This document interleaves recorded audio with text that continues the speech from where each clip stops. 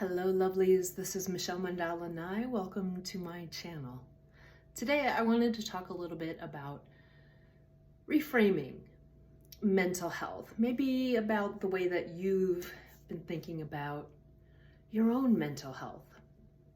In this past week when I was working with clients, I work as a behavioral health, mental health coach. And throughout this past week, what I noticed is many of the people reminded me of me about 10 years ago. And I've been on this journey the last 10 years. And perhaps I'll give you a little background, and if you don't know me. Much of my childhood and as a teenager and as a young adult, I really struggled with depression. And there wasn't a name for it, and I didn't understand it. I just thought it was a deficiency within me.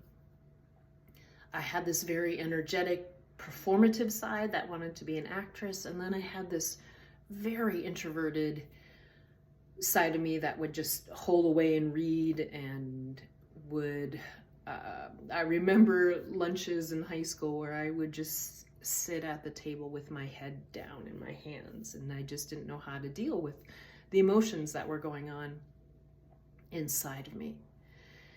And then about 10 years ago, I went through probably the worst time of my life, a really dark night of the soul, where my life fell apart in all kinds of ways.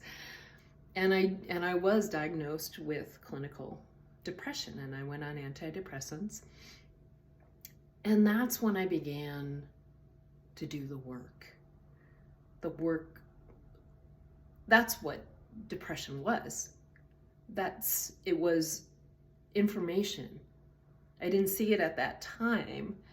But all of these things I had experienced in my life, and then that really culminated into this major depression, that was all information telling me I needed to do some internal work.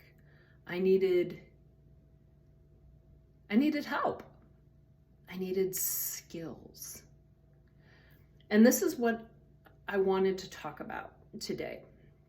That many of the people I work with on a daily basis, the way that I saw myself, and prior to my training as a counselor and coach, and prior to doing my own work, I saw what was happening within me as deficiencies, as something being wrong with me, something that was out of my control, that I just needed to spend the rest of my life dealing with.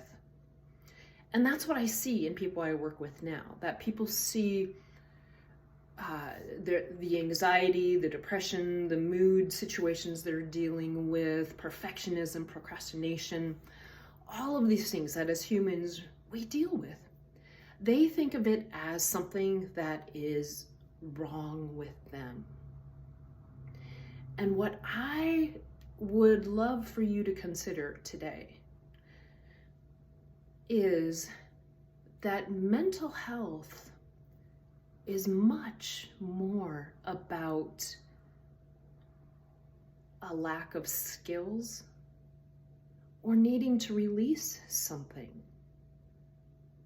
Grief is an example of that. Grief is a process in which you process emotions, you feel emotions, and then eventually you release those emotions. It's a way to help you cope with loss.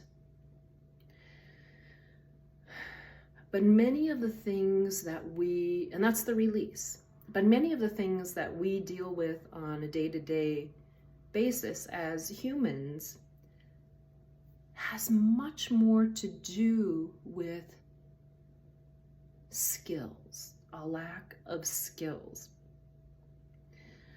Today, when I was reading A Course in Miracles, I came across this quote: "Let your true self come into your awareness. This is you. God's light and peace and joy abide in you, because this is so."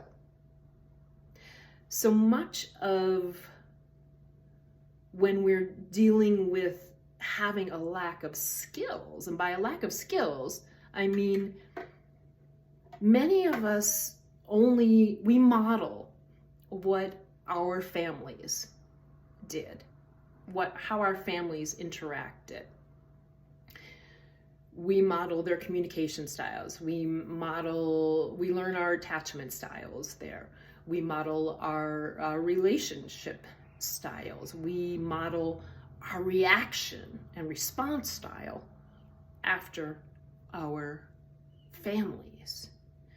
Many of the behaviors that we display as we are moving through childhood onto adulthood are maladaptive responses that we learned in childhood as a coping mechanism, as a way to survive sometimes difficult childhoods. And it's these maladaptive responses and reactions that we don't realize we can change. We don't realize often that we can build skills in these areas to help us cope better, to help us respond better. Andrew Huberman is a neuroscientist. You may be aware of him. He's pretty awesome. But he teaches about the brain, and he says that the ability to control your nervous system, the ability to control your reactions and responses, is a major key to your happiness. And I completely agree. Many people feel out of control of their reactions. They go into automatic mode, automatic reactions, and they don't perhaps understand that those reactions are reactions that they learned as a child. It's a lack of skills. Lack of skills shows up in not being able to set boundaries, in not communicating in the most effective, compassionate, productive manner. Lack of skills comes up in having automatic stress responses. And all those things can be learned. It's not that something is wrong with you. It's that something needs to be released, or something needs to be learned. A skill needs to be learned. Many skills need to be learned. You know, we spend a lot of time in school learning reading, learning writing, learning math. When we take a driver's test, we learn how to drive. But we never learn how to have a positive relationship with ourselves, how to have self-confidence, how to have self-esteem. We never learn how to regulate moods. We never learn how to shift our perception. We never learn how to communicate in a way that enhances relationships rather than knocking each other down. Those are all skills. They're all skills. Before I learned skills, my life felt out of my control. It felt like I was deficient in so many ways, and that contributed to my depression, and that contributed to poor relationships. And I had to spend time doing the work, which meant recognizing things in myself I could change, or things in my environment, things around me that I could change. My son likes to say everything comes back to choice. Everything comes back to choice. You have a choice in everything you do. And that, lovelies, is a superpower. It's a superpower to get to your true self. Your true self is someone of love, of joy, and peace. Someone who loves who they are. Someone who succeeds at relationships. Someone who sees choice as something that they can use to shift their perception about what is happening. There's a thought system called transurfing. And in this thought system, they describe something called pendulums. Pendulums are, I think of them as negative thought forms. And negative thought forms can be something that we latch onto, we focus on. And when you focus on that, the pendulum, it becomes stronger and it hooks you in. And then you just keep focusing on it. And you don't realize, possibly, that you have a choice in shifting your perception away from that. You can notice something that feels negative, and then you can think, okay, is this something I either need to release, or is there a skill here that I need to learn so that my true self can come out, my true self can thrive? This is such a powerful way to move through the world.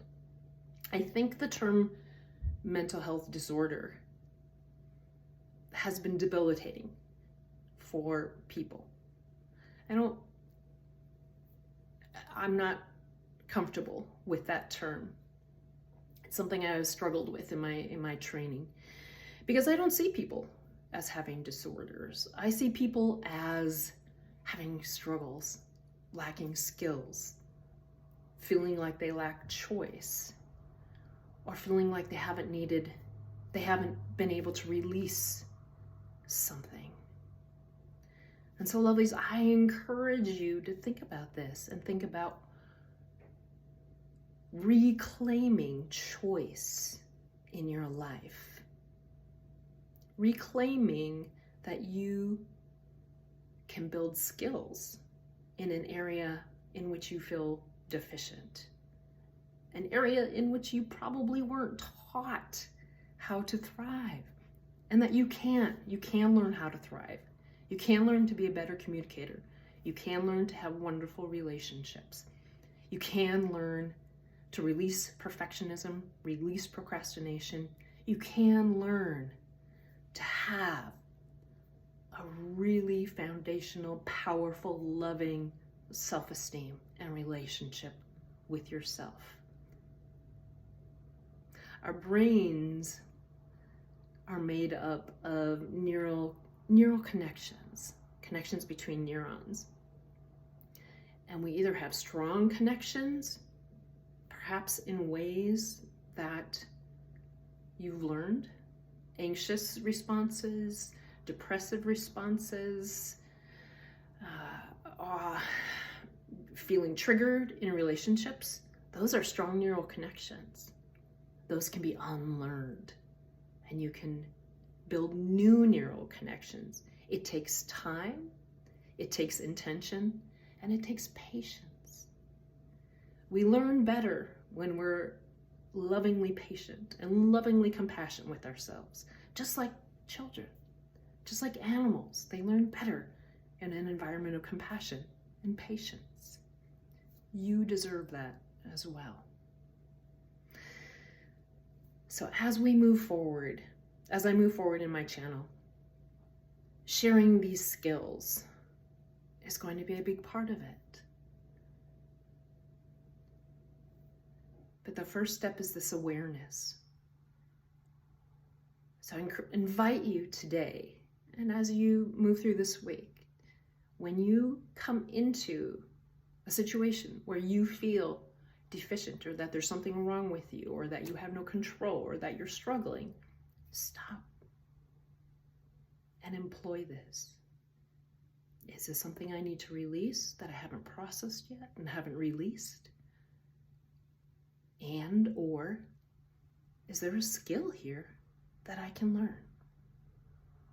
We don't know what we don't know. And maybe this was something you didn't know. And maybe there's more that you don't know that you don't know. Every day is an opportunity. Every day is an opportunity to construct, to create, to choose. Think about those 3 C's. Choose, construct, create. It's a much more powerful way to live. All right, lovelies. Thank you for being here today. I know I move slower. My videos are slower than the average TikTok or YouTube, perhaps.